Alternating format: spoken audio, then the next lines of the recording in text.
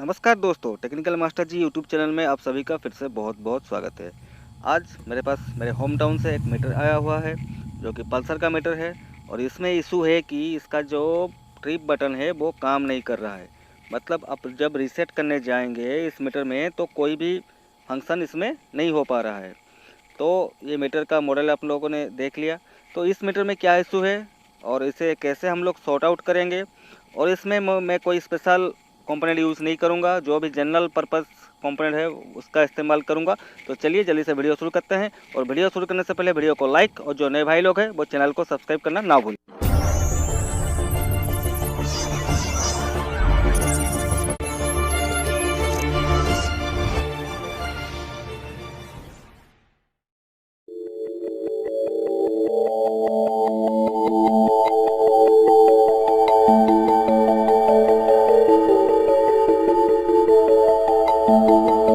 तो चलिए वीडियो शुरू करते हैं। ये रहा मीटर।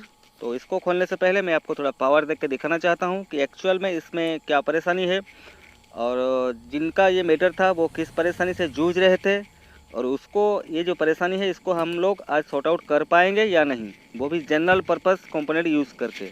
ठीक है, तो चलिए मैं आपको दिखाना चाहता हूँ। पहले आप देख लीजिए इसका जो परेशानी है, कैसा परेशानी ये मतलब कर रहा है। ये मीटर मीटर में कोई परेशानी नहीं है, मतलब ये मीटर बिल्कुल सही है। उसमें डिजिट वगैरह सब कुछ सही तरीके से आ रही है। आप देखिए वीडियो में मैं आपको दिखाना चाहूँगा। और नीडल जो है वो भी मतलब नया मीटर है, लेकिन उसमें छोटा सा परेशानी होने की वजह से काफ़ी दिक्कत का सामना करना पड़ता था। क्योंकि अगर आप किलोमीटर रीसेट नहीं कर पाएंगे तो आपको पता नहीं चलेगा कितना किलोमीटर आपने आज रन किया, या कुछ अगर रीसेट करना चाहते हैं तो ये बटन ज़रूरी है। जैसे कि आप लोग देख पा रहे हैं यहाँ पर जीरो जो शो कर रहा है मीटर, वो ट्रिप 1 ट्रिप 2 कोई भी नहीं, कुछ भी नहीं शो कर रहा है। आप देख सकते हैं ये ट्रिप 1 पे भी अभी भी है। ठीक है, तो इसका जो परेशानी है ये ट्रिप का परेशानी है, मतलब ट्रिप के जो बटन है या बटन ख़राब है, या ट्रिप के जो सेक्शन है वहाँ पर खराबी है। ठीक है, तो इस वीडियो में हम लोग जानेंगे कि ये किस सेक्शन में ख़राब है, ट्रिप का बटन ख़राब है या ट्रिप का सेक्शन में, जो सेक्शन ट्रिप का है मैं बताऊंगा कौन सा सेक्शन ट्रिप का है, वहाँ पर कुछ खराबी है। तो वीडियो थोड़ा लंबी है, लेकिन आप बने रहिए वीडियो में ताकि आपको पूरी जानकारी मिले। और वीडियो को लाइक करना और चैनल को सब्सक्राइब करना एकदम ही ना भूलिएगा। ठीक है, क्योंकि इस टाइप का वीडियो मैं आपके लिए हर वक्त लाता रहता हूँ। तो आपने देख लिया इसको, चलिए इसको अनप्लग करते हैं और खोल के इसका पीसीबी को ट्रैक करते हैं, और उसमें कौन सा कंपोनेंट ख़राब होने से ये परेशानी होती है मैं आपको वीडियो में दिखाऊंगा। और खोलने के लिए भी मैं ज़्यादा टाइम नहीं लूँगा, क्योंकि सभी को पता है कैसा खोलना है, तो बताना ज़रूरी मैं नहीं समझता। तो कुछ ही स्क्रू लगे रहते हैं, आप कोई भी पेचकस की सहायता से इसको खोल सकते हैं। ये ऊपर का ग्लास खुल चुका है। अभी हम लोग डायल को खोलेंगे। डायल के खोलने के बाद पीसीबी को डिस्प्ले से, मतलब आपका जो डायल को डिस्प्ले से अलग करेंगे।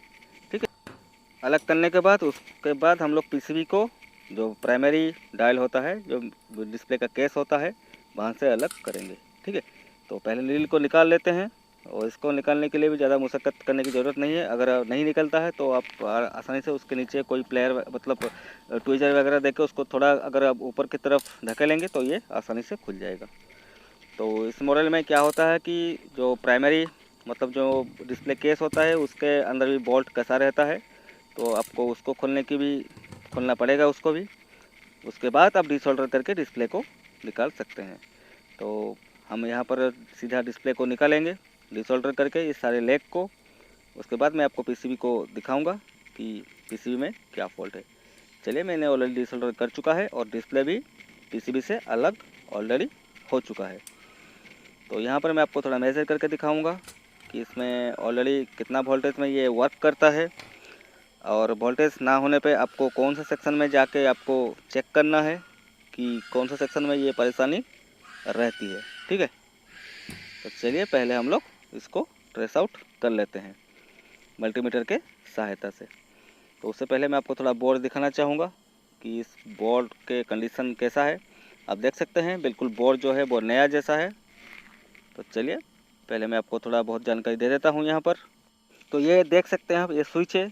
इसके जो फर्स्ट लेग है, फर्स्ट लेग में आपको 5 वोल्ट की ज़रूरत है। अगर 5 वोल्ट आपको नहीं मिलती है तो ये स्विच और ये ट्रिप का जो फंक्शन है ये काम नहीं करेगी।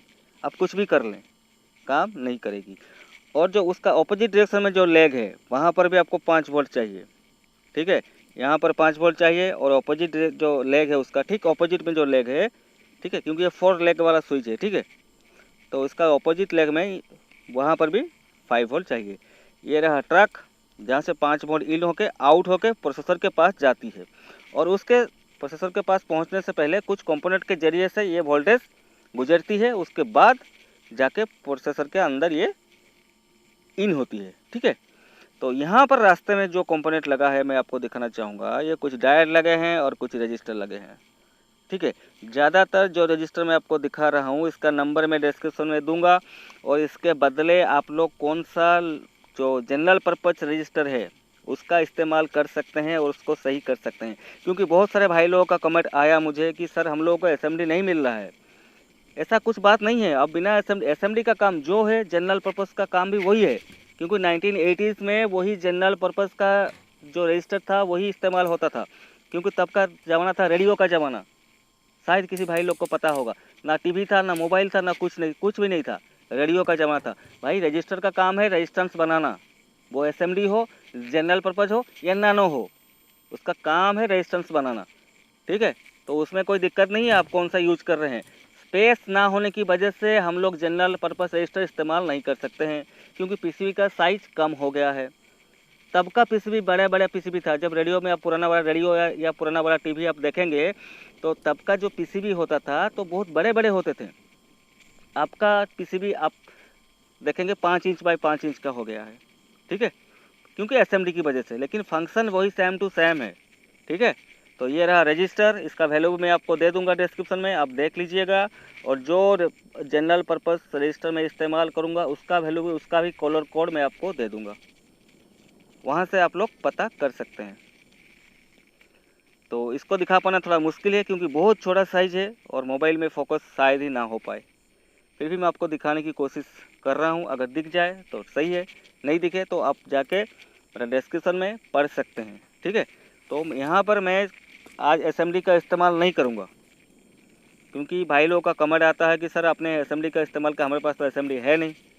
तो आप भाई लोग जो जनरल पर्पज़ का रजिस्टर है उसका इस्तेमाल भी कर सकते हो। अगर दूर दराज इलाकों में आपने शॉप खोला हुआ है, आपके पास पहुंच नहीं है, एसएमडी नहीं पहुंच सकता है, तो आप जनरल रजिस्टर इस्तेमाल करके इसको सही कर सकते हैं और अपना गुजारा चला सकते हैं, ठीक है, कोई बात नहीं। ये 10 किलो ओम्स का है, ठीक है, 102 है, 102 इक्वल टू 10 किलो ओम्स, याद रखिएगा। इस पर भी मैं एक वीडियो बहुत जल्दी डालने वाला हूँ, कौन सा रजिस्टर का कोड क्या है, ठीक है। तो यहाँ से मैं एक जनरल रजिस्टर अभी पिक करने वाला हूँ, उठाने वाला हूँ, और मैं आपको दिखाऊंगा उसको लगाने के बाद ये जो फंक्शन है ये काम कर रहा है कि नहीं कर रहा है। तो यहाँ पर ये आप देख सकते हैं, क्योंकि इसको देखना मतलब अगर आप देखेंगे तो सेम टू सेम रहेगा, लेकिन इसका जो कलर कोड है वो आपको पहचानना चाहिए। अगर आप गलत कलर कोड के इस्तेमाल करेंगे, एक भी कलर अगर गलत होगा, आप समझेंगे नहीं ये काम कर जाएगा, तो यहाँ पर आप गलती कर बैठेंगे, ठीक है। तो इसका जो कलर कोड है ये आपको बेखूबी पहचानना चाहिए, मतलब आपको एग्जैक्टली पहचानना चाहिए, नहीं तो गलती कर बैठेंगे आप। छोटा सा भी गलती जो प्रोसेसर है वो कट जाएगा। अगर मीटर में प्रोसेसर कट गया तो मीटर कुछ काम का नहीं रहा, ठीक है। तो चलिए इसको मैंने निकाल लिया है मेरे स्पेयर में से, अभी इसी को मैं इंस्टॉल करके आपको दिखाऊंगा। यहाँ पे ये 2 है मेरे पास, इसमें से मैं एक को इंस्टॉल करके आपको दिखाऊंगा। आप देख सकते हैं क्योंकि यहाँ पर कैमरे में कलर थोड़ा वेरी करता है, कलर ठीक से दिखाई नहीं देता है, फिर भी मैं आपको कलर कोड बता दूंगा, और बताने के बाद आप लोग इसका इस्तेमाल कर सकते हैं, क्योंकि ये मार्केट में आपका लोकल जो इलेक्ट्रॉनिक शॉप है वहाँ पे आपको आसानी से मिल जाएगा, ठीक है। 10 किलो ओम्स का है, ठीक है।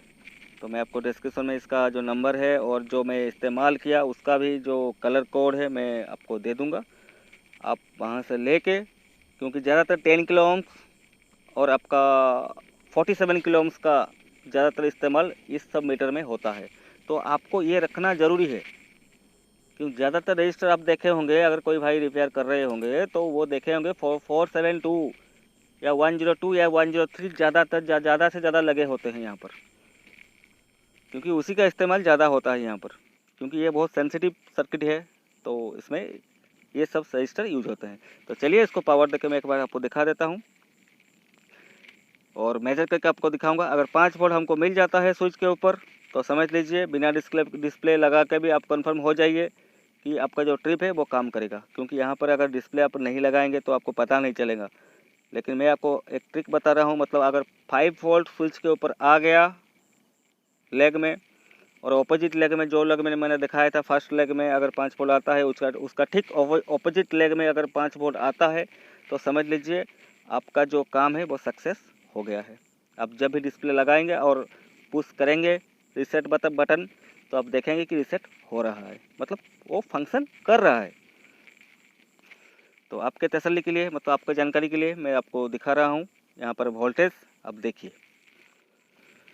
कितना वोल्टेज यहाँ पर, मतलब पहले तो वोल्टेज नहीं आ रहा था, अभी देखिए यहाँ पर वोल्टेज आ रहा है कि नहीं आ रहा है, क्योंकि मीटर ऑन है, डिस्प्ले इसमें नहीं है, लेकिन सारे फंक्शन इसमें ऑलरेडी ऑन हो चुके हैं।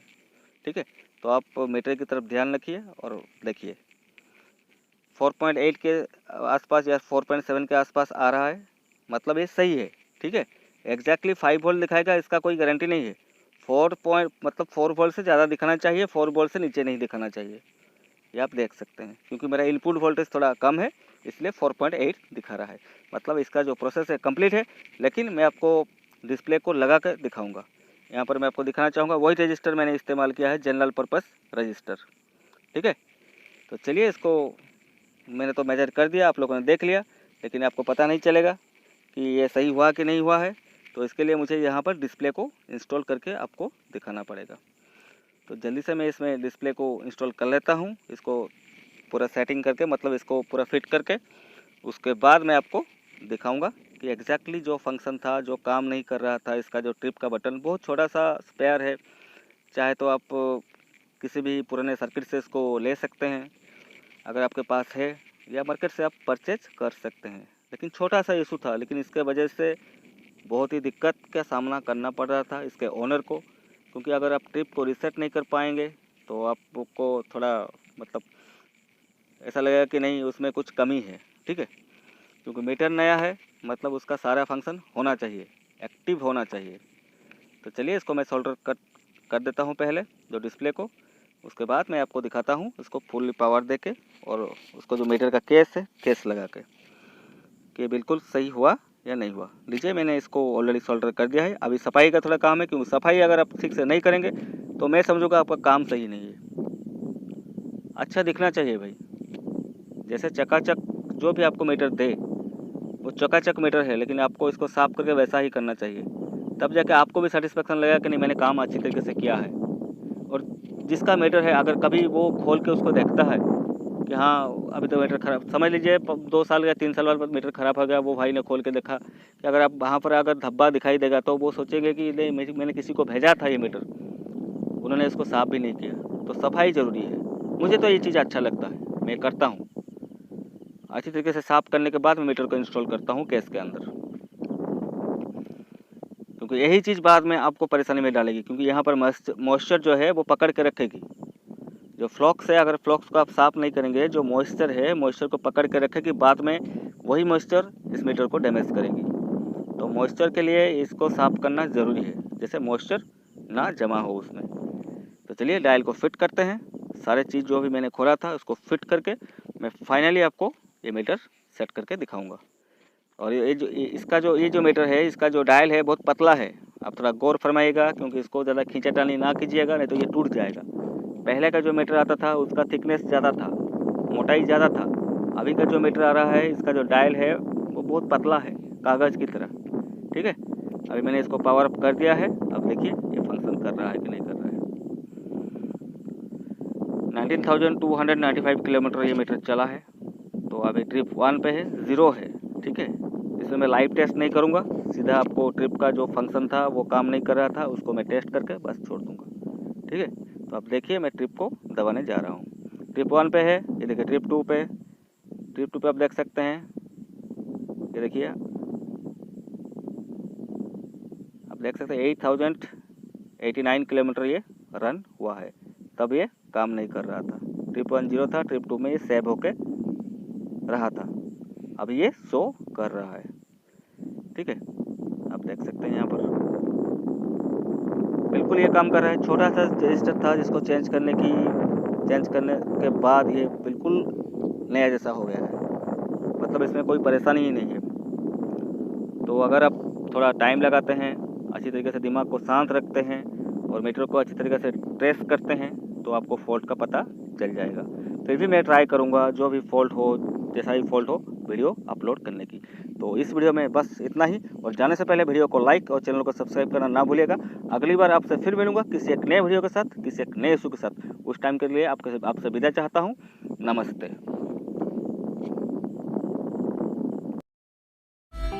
Thanks for watching. A like would be appreciated. And don't forget to subscribe.